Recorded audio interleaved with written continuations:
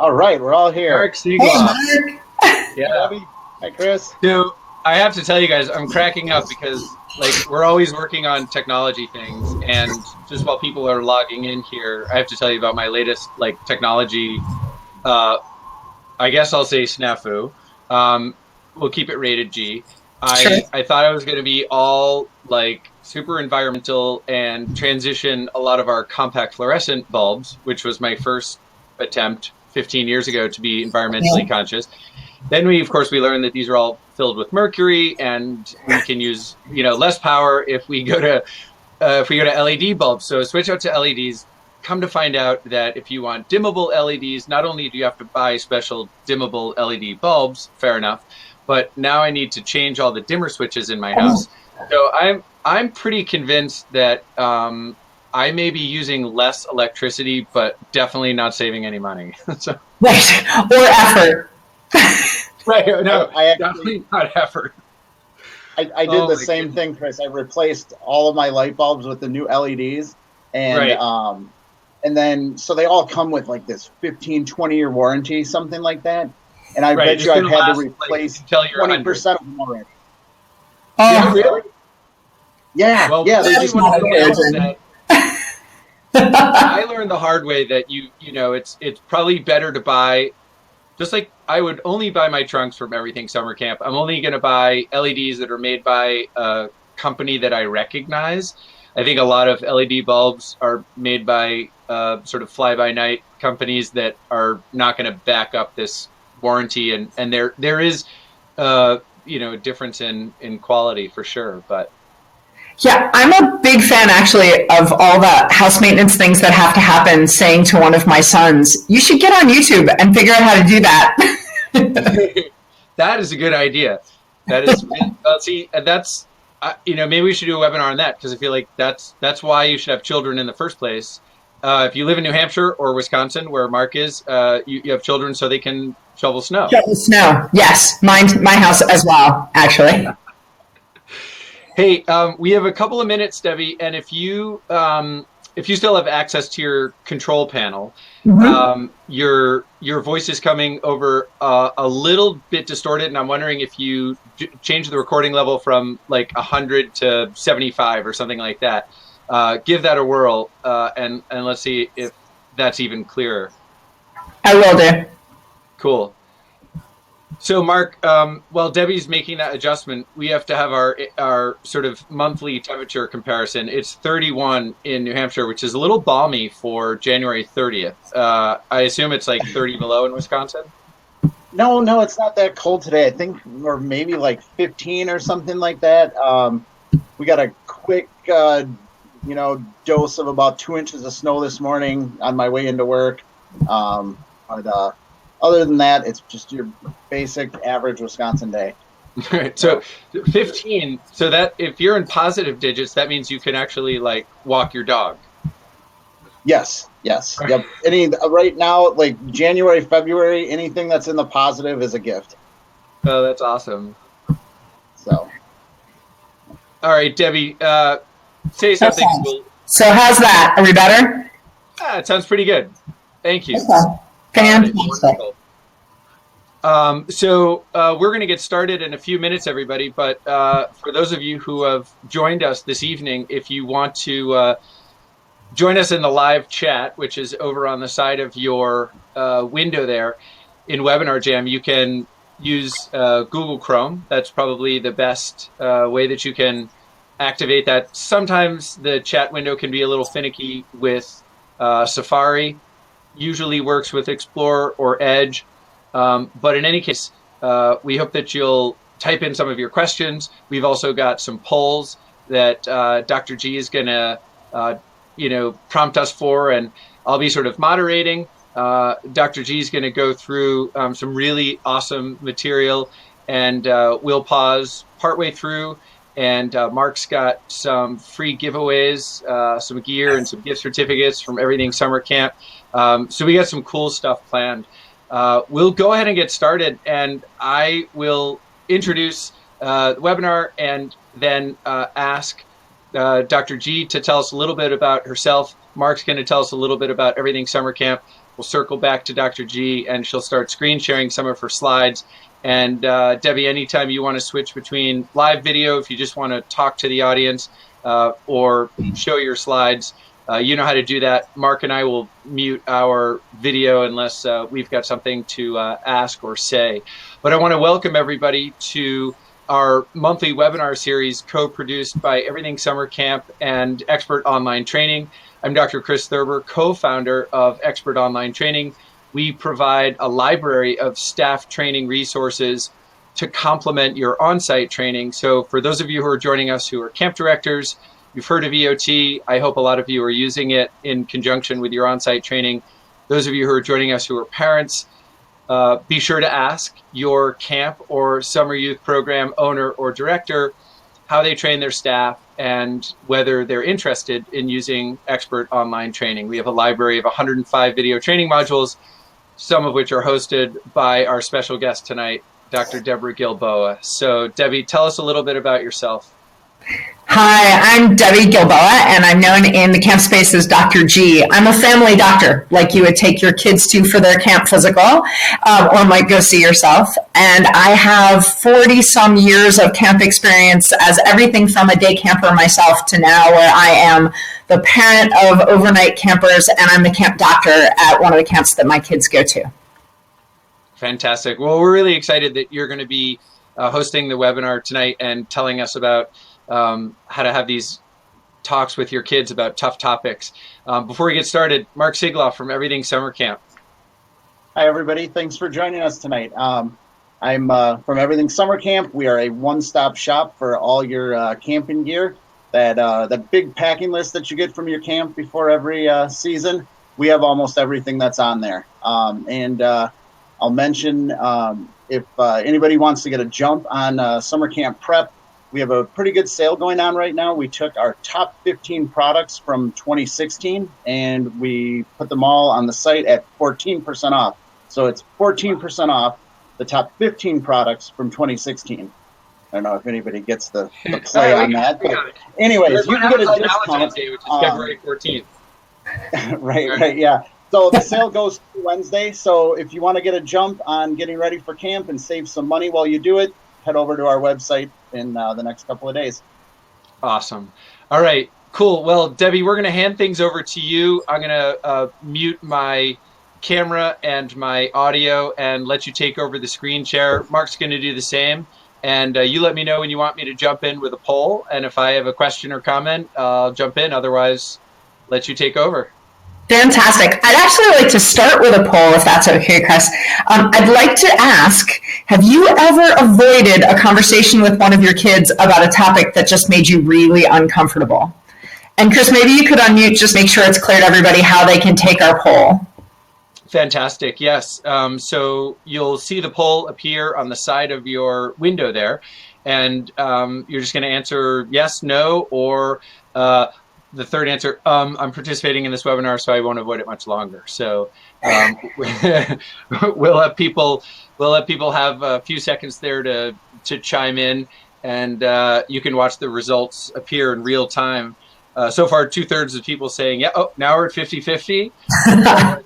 By the way, way more exciting and way less stressful than election night. So. True.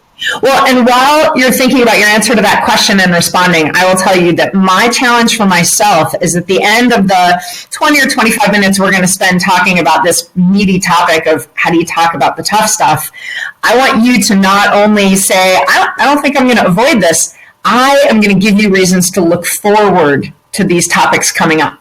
So hold me to that promise. And I'm interested to see that about 2/3 of people say no, they haven't avoided it. And 1/3 of people say yes, they absolutely have. And I think it's worth noting that when I do this for live audiences, parents will often say, I haven't avoided it. I just, it just never comes up.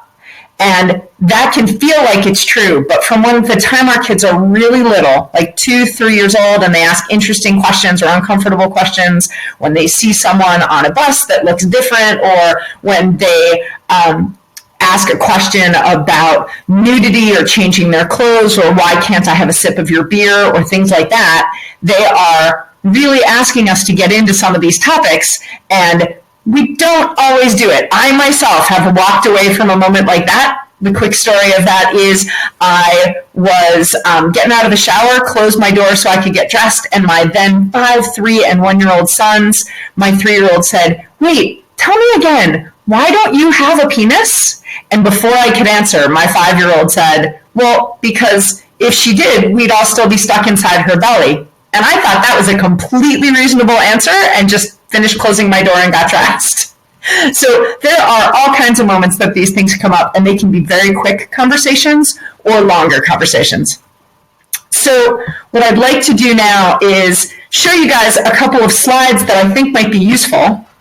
And the first is really, hang on, I'm working on it. The first is really just an encouragement to get information about difficult topics from somewhere. I was in the office seeing a patient who was in her early 40s, and I asked her how things were going, and she said, "It's been really rough. My dad is dying of cancer, and she's a single mom to her daughter." And she said, "The three of us are really close, but my daughter doesn't know yet. So when you see her next week for her well visit, please don't mention it, because I just haven't been able to tell her yet, and I know she's going to be really crushed." Well, the next week when I was seeing the daughter, I didn't mention anything about it, but when the mom left the room, I asked the daughter, "How are you?" And she said, "Oh, I'm just so sad because my grandpa is dying of cancer, but my mom doesn't know." Often when we think our kids don't know anything about something, it may be that they've picked up that it's not a topic we want to discuss, and so they are in some sense protecting us from that topic. And that doesn't help us, and it doesn't help them, because there are some great reasons to give kids information. This is a cartoon I really like that says, "Is it time to talk about the birds and the bees?" And he says, "You don't need to tell me about the birds and the bees. I downloaded it all from the internet." If our kids get information from us, then they will have our voices in their heads. If they get information from us, they will often also get information from their peers or from the internet or from popular culture like movies and TV shows and YouTube videos and music. If they don't get information from us, they still get it from all those other sources.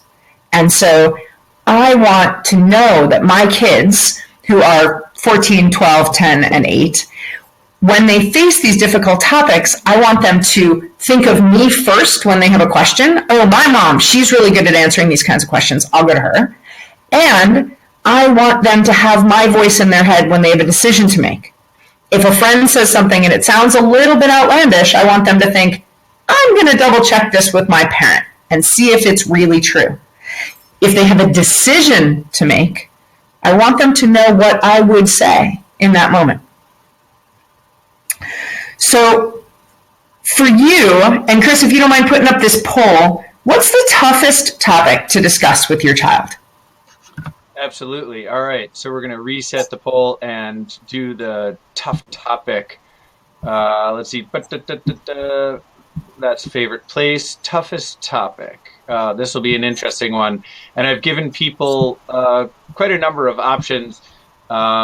We've got sex, drugs, of course, relationships, academic achievement, your own as a parent, marriage or dating life, deployment or business trips, mental health, either yours or theirs, and physical illness or death. Now, your toughest topic may not be one of these, and if so, weigh in on the second toughest topic. And, I absolutely accept the fact that one of the things that is really difficult for people to talk about are moves or difficulty with kids who are bickering and saying, how do I handle talking to our kids about their social lives? Whatever it is that the topic that is on your mind, this is going to give you an algorithm tonight for how to handle it. It's absolutely important to me that you know. So I'm going to be quiet for just a minute and give everybody an opportunity to look at this and think about it for just about 5 seconds.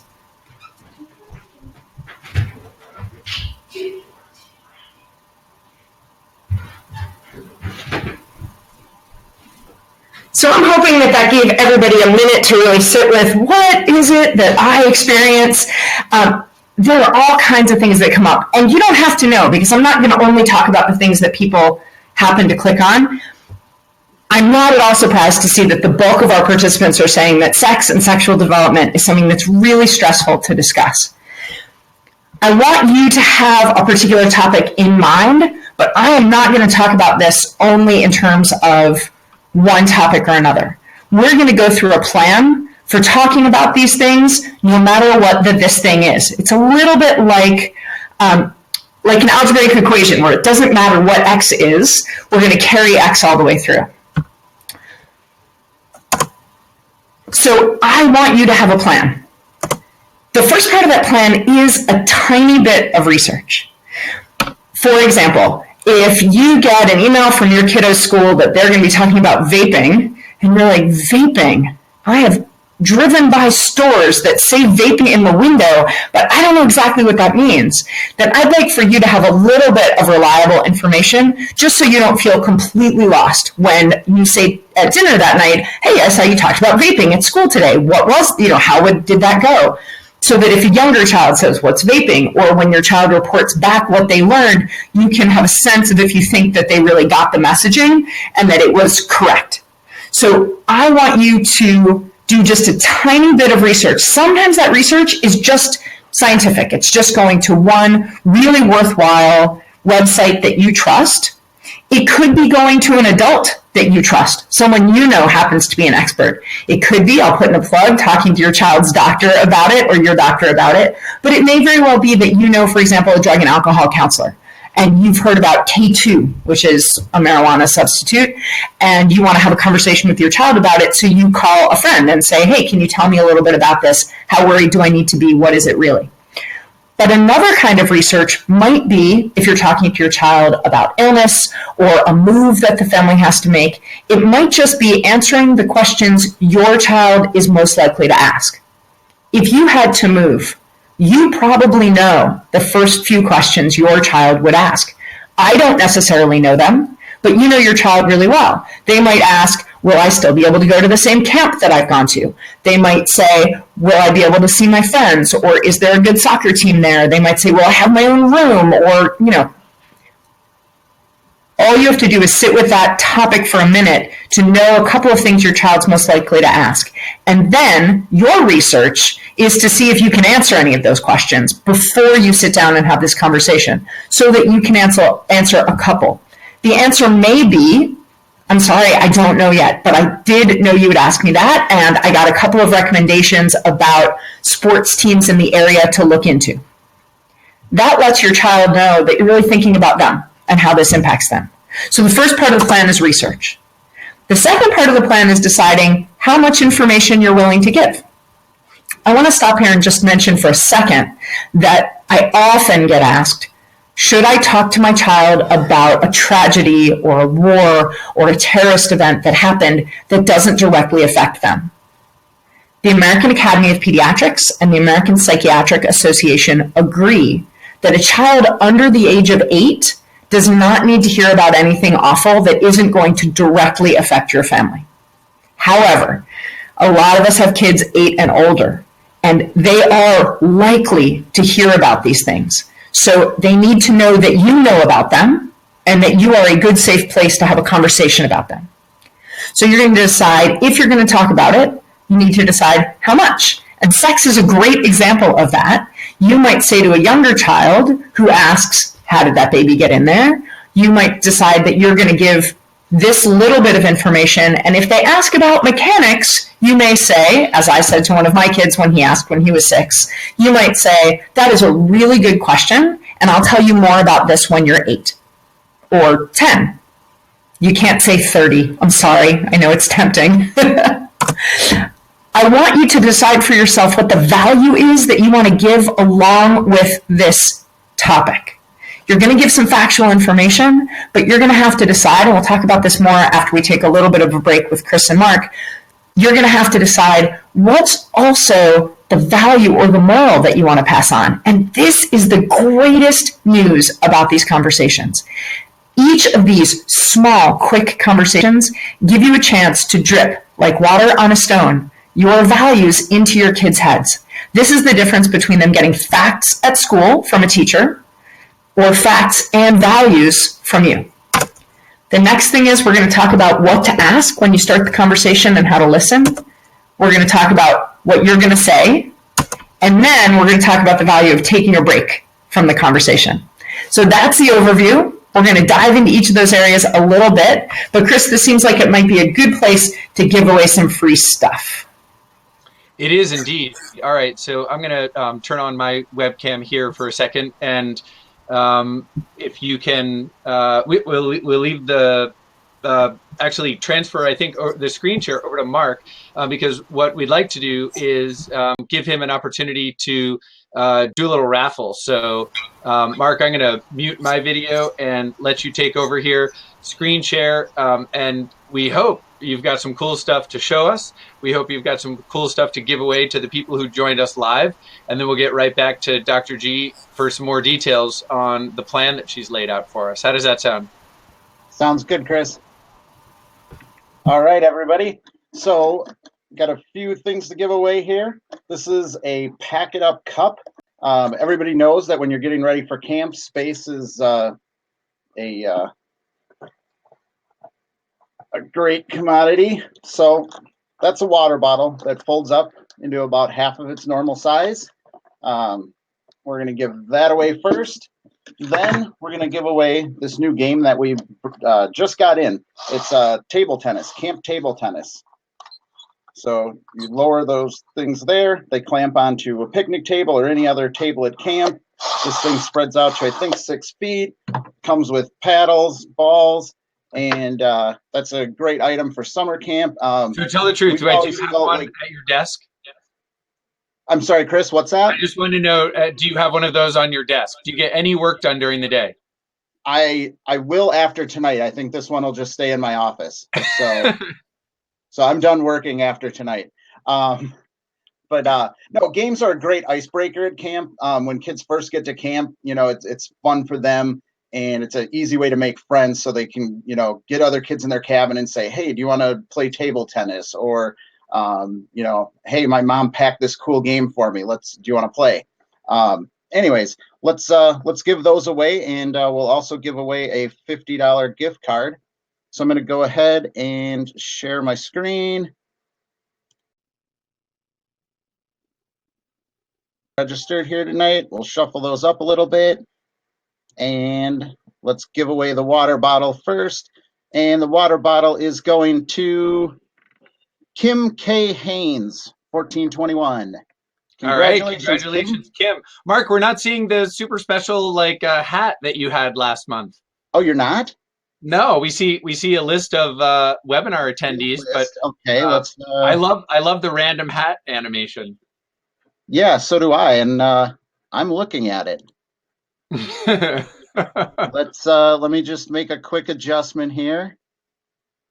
In your screen share options, you do have the option of sharing one screen or a particular application. So maybe hit that up, and we'll see what you go. I think. There we go. All right, there it is. All right. Okay, so Kim, you won the water bottle. Next, we're going to do the table tennis game. And the winner of the table tennis is Amy Jo Garber. Congratulations, Amy. And last, we're going to do the $50 gift certificate. And the winner is Corey Edwards. Congratulations, Corey. Should use that $50 right away. You can couple that with our 14% off and really save some money. Awesome. All right. Thank you, Mark. Congratulations, Kim, Amy, and Corey. And we'll turn things back over now to Dr. G and take over the screen share. And I'm actually really eager to hear some details of this plan, because I think I'm going to have one of these talks tonight. So, first of all, I just want to say that if my kids see that table tennis thing, they're going to be on me. It looks amazing. The first thing is research. A couple of things about research. I want you to just feel comfortable with the first couple of questions. Meaning the first couple of questions that your child is likely to ask you about whatever this is. Here we're looking at a CDC website because I want to make sure that you're going to a website you can trust, not necessarily the first thing that comes up in Google. And because often in these conversations, our kids are going to ask a question that we don't know the answer to. And that's great, because then we get to model for them real responsibility and resilience when we say, excellent question, so let's go look it up together.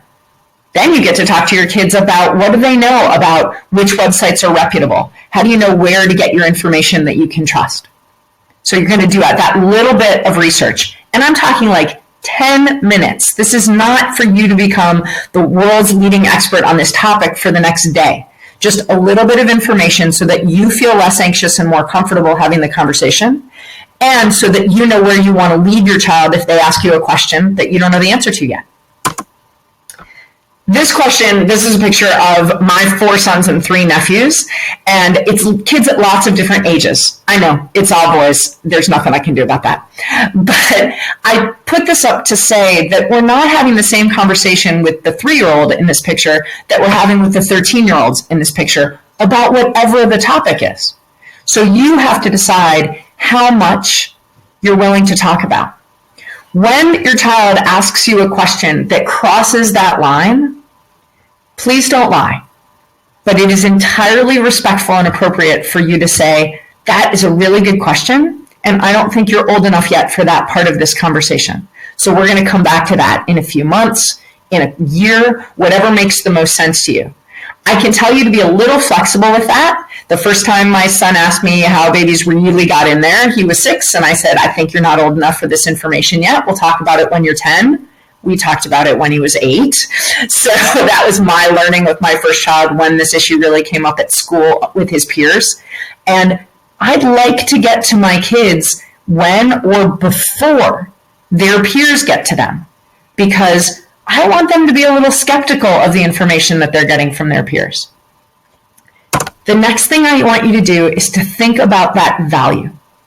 Here's a really good example. Your child asks you, why aren't I allowed to change clothes for the class play in the classroom? Why do I have to go into the bathroom? So now you're talking about modesty or privacy or respect for people's bodies or respect for making people comfortable or whatever makes sense to you. So you're answering that question with some facts. That's the school policy. We tend to keep things single gender. We do or don't think that's appropriate in our house. But you have to know the value that you want to name. And it has to be short. The longer the lecture, the quicker we lose our kids. So know, please, the one sentence that you want your kids to think of when they hear this topic come up. Another example is your move. If you're moving, it might be that you want your child to really remember someone in our family got a great opportunity and we work together as a family to support them. It might be, this is going to be a really cool adventure for all of us. It might be, this is the financially responsible thing for us to do. Whatever the one value that's most important to you right now, that's what you're going to give along with the facts. And that's why you're perfectly placed to have this conversation, because you don't want to leave those values up to everybody else but you. Your kids may get information from lots of people, but they get their values from the adults that they trust. This is an opportunity for us to make sure that our kids get our values. They may grow values and opinions of their own. They absolutely will. But this is a chance to make sure that we know they know what we think. I have a really good friend who has kids who are 10 years older than each of mine, pretty much. And she said to me a long time ago something that really stuck with me. She said, the decisions I'm most worried about my children making, I'm positive I won't be with them when they make those decisions. I won't be with them when they decide to drink socially with their friends for the first time. I won't be with them when they decide to be intimate with someone or not. So I need to know that if they stop to think about it, they know what I would say. Might not be what they choose to do, but my value needs a fighting chance in their mind. And so all these small, short conversations that happen dozens of times over years on the topic of substances, alcohol or drugs, tobacco, sex, illness, job loss, all these issues, they come up in little bits and pieces over and over and over again. And that's great news for us because it gives us a chance to pass on a value along with that factual information.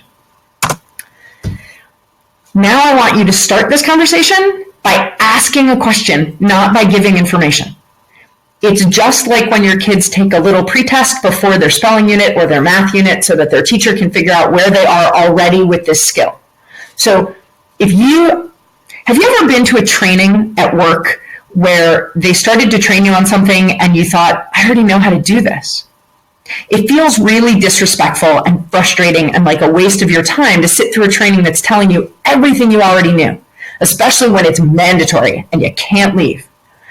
I don't want your kids to feel like that ever when they're having a conversation. So instead of deciding that you know exactly what they need to learn, start with a little pretest. Ask, what do you know about cyberbullying?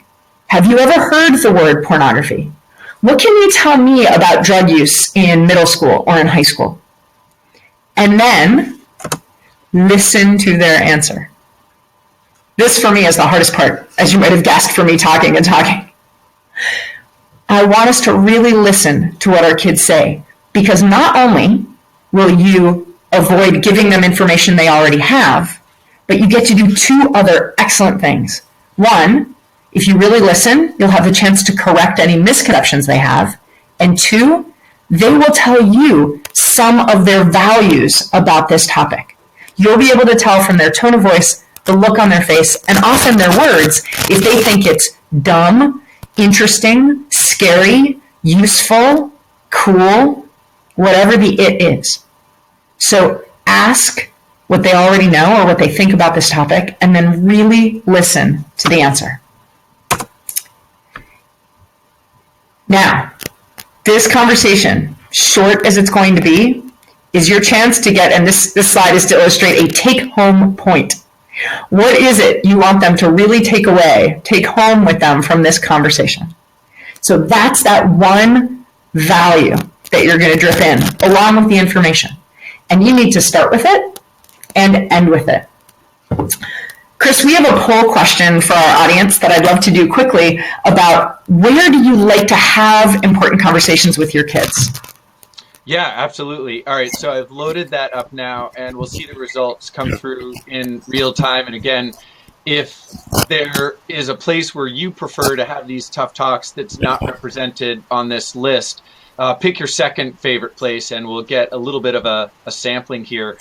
And Dr. G, while people are answering this, I just want to say how wonderful it is for Mark as well, that the language that you're using is really straightforward, and I think it makes it much more applicable to a wide range of kids, different chronological ages, different levels of sophistication, and true to form, because I know that as a pediatrician, how respectful you are of both parents and of kids. I absolutely love the fact that built into the plan you just described, built into this tough talk conversational roadmap is beginning with a question, what do you know about this, or what do you know about that? Because gosh, I think that nothing pulls parents and kids closer together in a relationship than that kind of respect for kids who are always feeling talked down to by adults. Thank you for mentioning that. We can see now some of the distribution here of different places. I'll let you take it back over. And Chris, what you're pointing out about our kids feeling talked down to, we have an opportunity when we have these conversations to flip it and recognize them as the experts they are in their own culture and in their own age group. To say, I don't know what you and your friends or kids your age think about this topic, but I want to know. You are an expert in cyberbullying and social media on Snapchat in a way I could never be. So tell me about it. And to make it clear that we're not looking to get somebody in trouble, we're looking to better understand our kids' environment and pass on maybe a little bit of information, but gather some information too. A quick hack, if you're having trouble getting a child or a teenager that you're talking to about this to really open up because they're worried you're going to hand down a rule or an edict that they don't like, ask them what they would teach or tell a child that's a couple of years younger than they are. If they have a younger sibling or a younger cousin or someone they babysit for, it's great to say, what would you feel like I need to know to guide your fourth grade brother? Or what do you think, what rules would you set out if you were in charge of it for your niece or, for my niece, for your cousin? What do you think that we need to know as adults to help a child who's just a couple of years younger than you are? And this isn't a trick. This is really useful because often near peer mentors, just like at camp, how counselors often better understand what campers need than head staff do at certain moments, in that same way, an older sibling or an older cousin or an older neighbor can really nail what a younger kid needs to know and at the same time give us insight into their experience.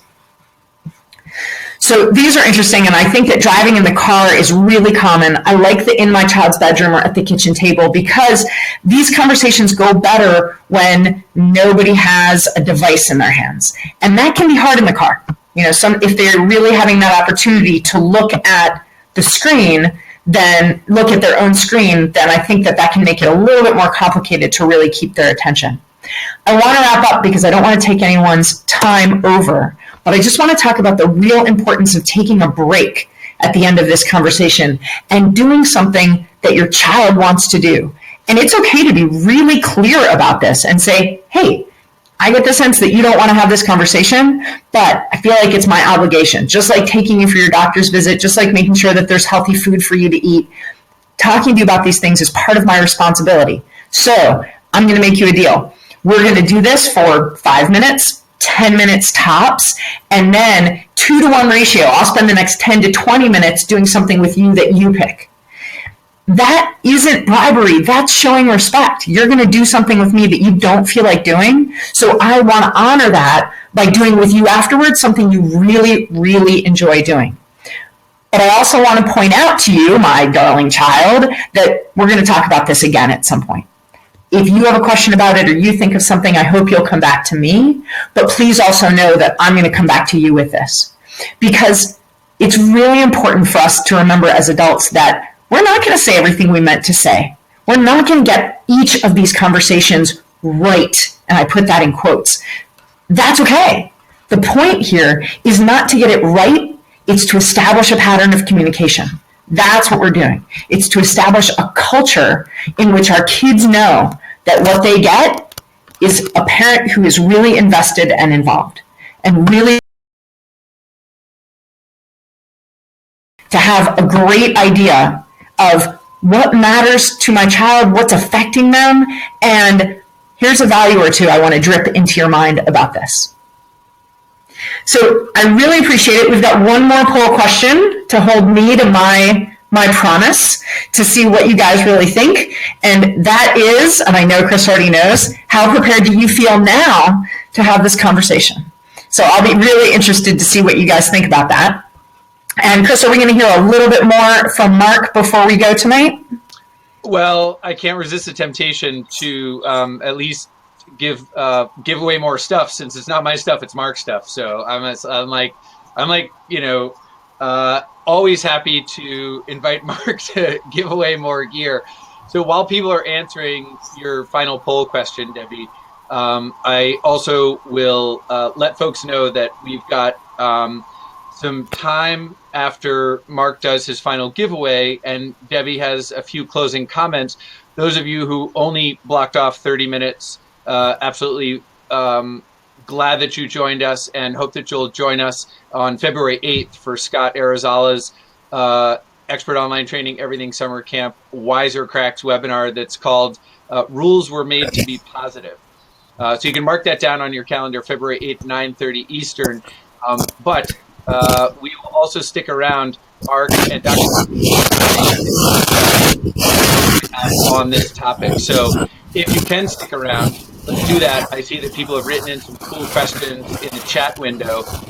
But Debbie, let me turn things back over to you because it looks like you got some high marks here. So I really appreciate everybody's candor. I totally understand feeling just as unprepared as before because your relationship with your child is unique. And if you never had anybody model for you having these conversations, or if you know that when you sit down to have these conversations, they don't always start well and gets off on the wrong foot, or you're going to get asked something and you're not sure what to do about it, all of those are completely understandable reasons. You might also have reasons I can't picture, but I would like to encourage you, and this is a little bit of information about me, on my website, which is askdrg.com. You can absolutely ask me a personal question that I will keep private in an email between the two of us, or you can get on and put on an anonymous question and I'll answer it on the site. So please don't feel like, even if you don't want to talk in the chat at the end of this, that your question or your concern has to go unanswered. I'm really happy that 60% of people feel definitely more prepared and not perfectly comfortable. I think none of us are perfectly comfortable, really. I'm a little envious of the few people who said that they are totally comfortable having these talks, but perfectly comfortable, I think that's sort of antithetical to them being tough topics to begin with. We care so much about our kids being able to navigate the world well, and transmitting facts and our values can feel really overwhelming. But I just want to reiterate my main point before we lose people that need to go with a half hour. Oh, we're a little bit over. And that is, when our kids have these issues come up, they will definitely get some information somewhere. I want some of that information to come from you. That's awesome, Debbie. Thank you so much. We really appreciate Dr. Deborah Gilboa being here. So stick around for some additional minutes for people who would like to ask questions. You can do that via the chat window. For those of you who do need to go, please visit Dr. Deborah Gilboa's website. It is Ask Doctor, spelled out DOCTOR, G, the letter, askdrg.com. And you will get a lot of awesome information there, a lot of great resources for parents. You know, when you turn on the TV, every once in a while, you're going to see Dr. G on Good Morning America or on the Today Show. You can also be on Rachel Ray in a week. Isn't that fun? Fantastic. So tune in to Rachel Ray. And for those of you who are coming to, you have that posted on your website? I will do. I don't know the air date yet. We're taping on the 8th. Oh, fantastic. And if anyone's going to be at the American Camp Association National Conference in Albuquerque, New Mexico in mid-February, Dr. Deborah Gilboa, expert online training staff member, pediatrician, parent extraordinaire, is going to be keynoting that conference. So I hope that you'll get a chance to see her there. Before we move to some Q&A, Mark Sigloff, can we see the magic hat again? We sure can. So we are going to give away a Columbia duffel bag. It's a big one. I don't know if we can all see it here. It can't even fit on my screen there. Okay. So just like everything else that comes from Columbia, it's a really nice quality product. So we're going to give that away, and then we're going to follow that up with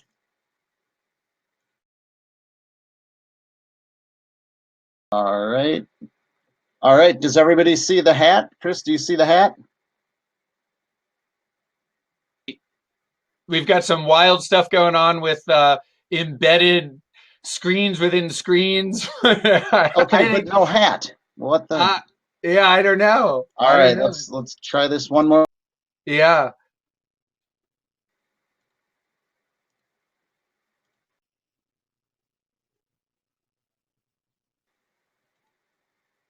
Oh, that's all right. Well, whatever's happening, you can do Without the raffle, hat. and we'll trust your honesty for the Columbia duffel bag. So, whatever you've got to share with us. Give away. There it is. There it is. There's the hat. Okay. All right. The hat's tricky. So let's give away the Columbia duffel bag, and that's going to Alicia. Congratulations, Alicia. And then last but not least, we're going to do a $100 gift certificate for Everything Summer Camp. And the winner of the $100 gift certificate is Allison. Congratulations, Allison.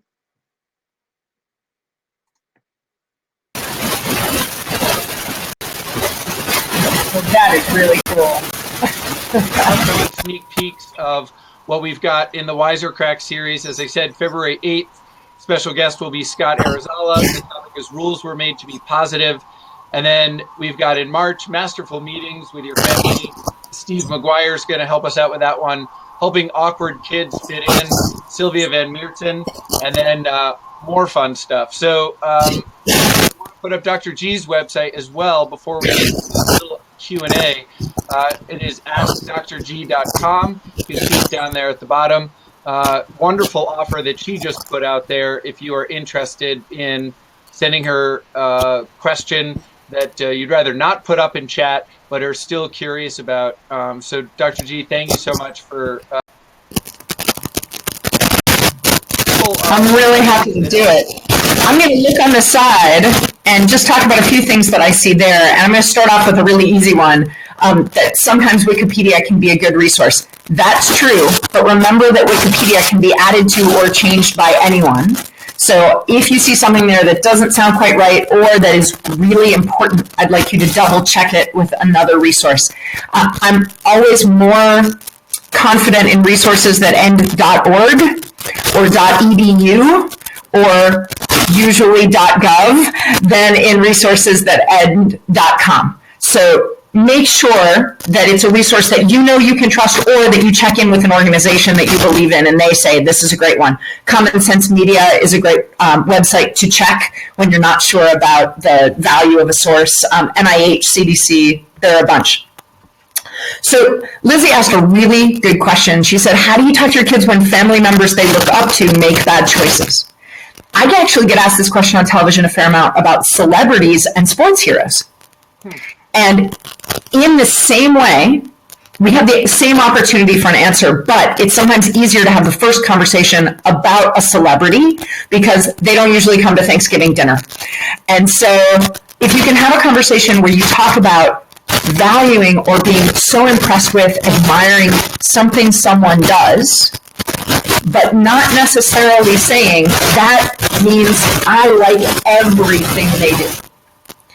And when we talk about, for example, an athlete who has remarkable skill, but has behavior off the court or off the field that we don't respect, we can say, wow, I just admire that person as a player very, very, very much. But I'm going to look at them as a three-dimensional person and have opinions, be willing to have opinions about their other behaviors if they make it into the news, about what I'm going to admire and I'm going to emulate. Those conversations can make it a little bit easier than when we have a family member to be able to say, I love their enthusiasm at family get-togethers, the fact that they've always really gotten to know you as a person, my darling child, and really see you and spend time with you, but they made a choice that you've now heard about, because maybe it's none of your kiddo's business, but they've heard about it, or you think they need to hear about it. They've made a choice or a behavior at this point that I don't respect. I still love that person, just like I will still love you when you do things I don't admire or don't respect. One of my kids will say to me sometimes, no judging. And I often say to him, oh, this is a family, sweetheart, constant judging. And that's actually part of our role in a family, is to say, not to treat people in a jerky way because of their behavior, but to be willing to have an opinion about that behavior. One of the things, if I can just interrupt for 1 second, that I love about that is we are all going to make mistakes as parents. And if what we're modeling for our kids is a very black and white assessment of other people's humanity, it gets a little bit difficult when we make a mistake to ask for forgiveness, or for us to ask our kids to see us for the good things we do and understand that we have flaws, but we can still love one another. When we model that that's the way we see other adults on the planet, then I think not only do they have, as you said, this three-dimensional view of other people in the family, or on television, or celebrities as as three-dimensional folks where we can really like this about them, but not so much that choice, or not respect this or that particular behavior.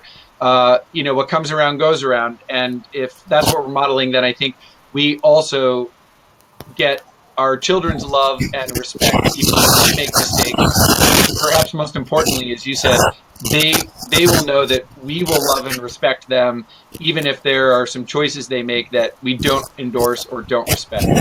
Yeah, I mean, watch any TV movie of the week and you know that kids often get into a lot more danger hiding a bad decision they made from a trusted adult than from the decision itself. And we want our kids to know that they can come to us and say, hey, I messed up and I need some help, or I messed up and I want you to know. And so we have to really prove it to them over and over and over again that we mean it when we say, hey, I will always be your parent and I will always have your back. If you do something that isn't okay, we'll talk about that thing you did, but it doesn't make you a bad person. I still want to really be an intimate part of your life. And then the other really useful thing about modeling this idea of seeing people three-dimensionally and having different opinions about different parts of them is our teenagers have fierce loyalty to their friends. And we want them to make those relationships and keep them, but we don't want them to blindly go along that if I think you're good, then I think everything you do is good. And if I think someone's bad, then I think every single thing they do is bad. We want our kids to see the world with more layers. I want to keep an eye on the time. Someone asked a really good question, though, about self-harming. And I think it's really important to focus there. Anytime our kids show any symptom of any distress, whether it's a mental health issue or not managing their own chronic illness well. Most kids who go through puberty, who have any kind of asthma, diabetes, any ongoing medical issue or mental health issue, stop taking good care of themselves when they get to the age where they just wish they didn't have this, and they engage in a little magical thinking often and pretend they don't. You know, a kid who has celiac and can't eat gluten is sick of not being able to get a pizza with their friends and will just do it anyway. A kid who needs to check their blood sugar 5 times a day says, you know what, forget this, and stops. And it often happens that kids with dangerous illnesses and struggles, whether they're mental health or more obviously physical health, even though we know those are really tied and are often the same thing, they can get themselves into some trouble. And so when we talk, and that all of those are self-harming behaviors, just like cutting can be, just like some of the behaviors that go along with body dysmorphic disorder can be self-harming. We need to talk to our kids about how much we value them as people and how interested we are in helping them with the behaviors and having empathy for the feelings behind them instead of just demanding that they be okay.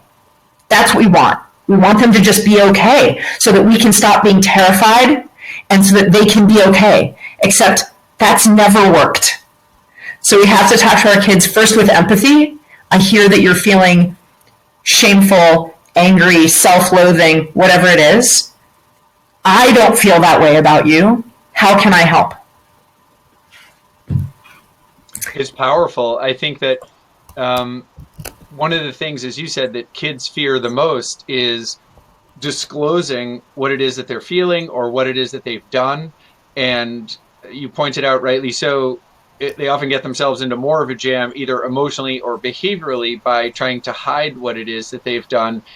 Certainly in my work as a clinical psychologist, encountering students who are self-harming either by cutting on themselves or, scratching, burning, whatever it might be, their primary emotional distress by the time they make it to my office is that their parents are going to flip out. And when parents are able to understand the behavior, as you said, as a symptom of distress and provide support, and kids realize that, their parents are going to be there, not abandon them or get angry at them because they've been engaging in this, unhealthy way of coping.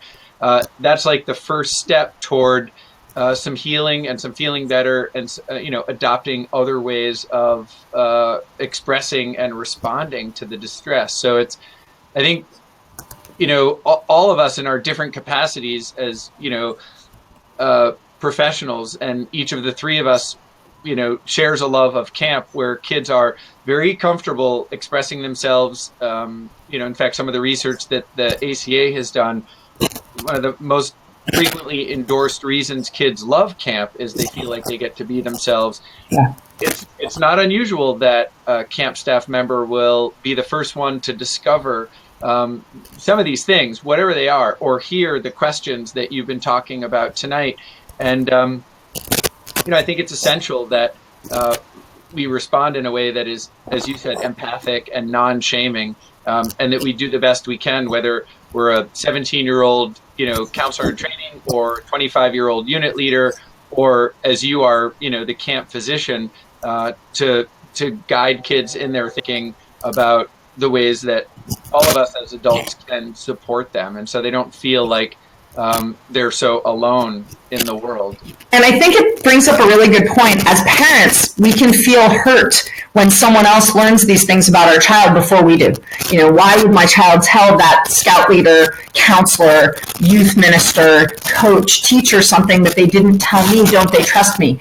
Actually, often that child is just practicing saying it to someone who has a little bit of authority, a little bit of power, but that they don't feel so incredibly connected to, that they're not so scared of the reaction. So it's okay that your child practiced that. It actually just means that you mean even more to your child, and that they have told themselves a story of mistrust. They're not positive they can trust that this is going to go okay. That's often not because you've shown them that, but often because they are so worried or so ashamed about what's going on. I think it's useful to mention that one of the self-harm behaviors we see a lot in kids is blowing off their responsibilities. Not doing their homework, not studying for a test, pretending it went okay, pretending their grades are okay when they're not showing up for their obligations, quitting a team without saying anything to a parent. Those we as parents see as self-harm behaviors. They're much less frightening than some of the ones you mentioned, but a lot more common. And if we can approach it in that same way of trying to first have empathy for the feelings that were behind it and ask questions and listen, that doesn't mean we have to say we think it's okay. It doesn't mean we have to change our rule about doing homework, getting certain grades, being involved in a commitment you've made, but to first listen and understand what was behind it, we're likely to get further with the conversation than if we just come in with the rule. Yeah. So I'm curious, Dr. G, do you think that, well, let me not ask it as a yes/no question. You outlined this beautiful roadmap for primary caregivers, moms or dads, perhaps aunts or uncles, grandparents, whoever's raising the child. What would you suggest for a camp staff member? The audience for our WISER Crack series is about half camp directors and half parents, and I'm guessing that some of the camp directors who are tuning in tonight and have been able to stay for the extra Q&A, and we're grateful that you were able to stay for it as well. Or could a staff member do, could be a day camp, could be an overnight camp, could be a summer parks and rec department, when they get one of these questions, which may be, as you said, the child is sort of testing the waters, but wants to know, can you tell me a little bit more about masturbation, or can you tell me why marijuana is legal in some states and not in other states? And I think, oh my gosh, that's not in the staff training manual. We didn't cover that. And actually, because they're near peer mentors, they may get the question, how old were you when you did X? Right. And I think that it's really important for us when we train staff, as you do and I do, to say to them beforehand, hey, if you're getting these questions, it's a compliment. You've connected with that child or with that group of campers. They trust you. And I want them to keep trusting you. But if you have a sense that something is above your pay grade, right, that you feel out of your depth because it's dangerous, a child discloses something to you that sounds scary, or you're not sure what to say, or they're asking you about a topic that you have an opinion about, but you have a sense that they might have an adult at home who had a different value, you're being asked to give a value as well as factual information, or you're not sure this kid is old enough to get this information, then start by praising the question. I'm really glad you came to me with this. Thank you for asking me. I appreciate your curiosity, or you phrase that in a really mature way, or something positive.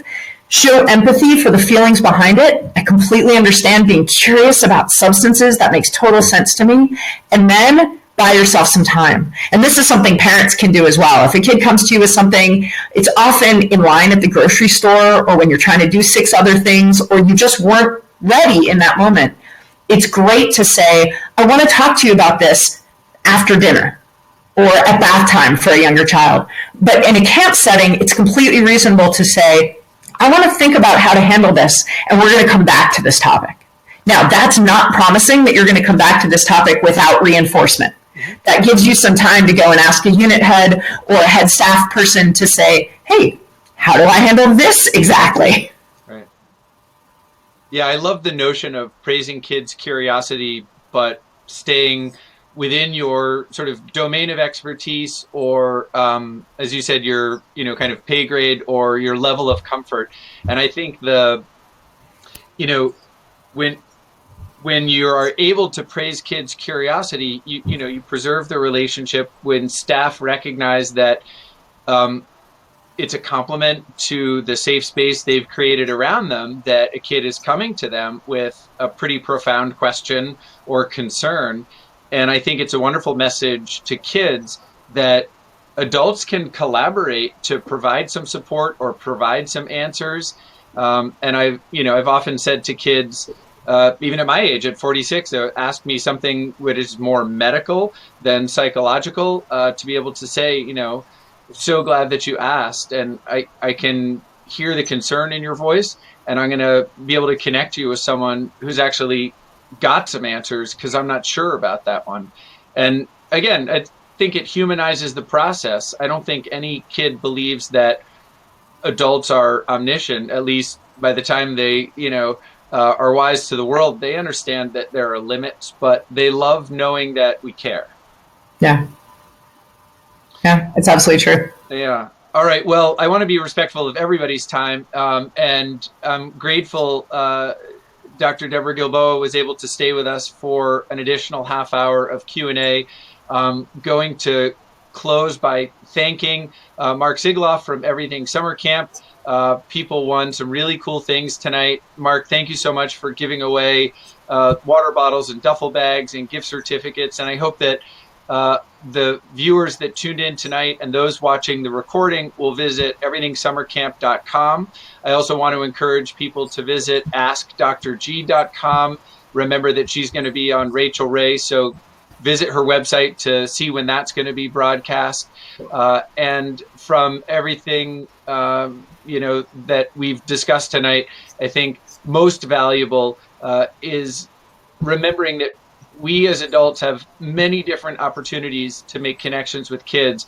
And Dr. G's given us some fabulous ways to feel more confident when we're a little unsure about the topic. But wow, give this some practice, because it's a wonderful roadmap to follow. And as Dr. G said at the beginning, regardless of the topic, whether it's sex or drugs or relationships, you can use this, and you can watch a recording of this webinar as a roadmap, so that when those unexpected questions come your way, you're prepared.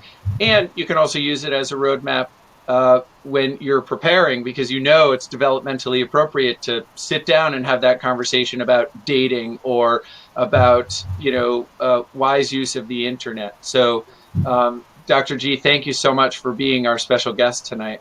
It was a pleasure. Have a great day, everyone. All right. So for Expert Online Training, I'm Dr. Chris Thurber, saying thank you to everyone. I'll put up a closing slide here just so that people can see our contact information. And we look forward to seeing you next month. Is going to be rules were made to be positive. So thanks so much, everybody. And we look forward to seeing you next month.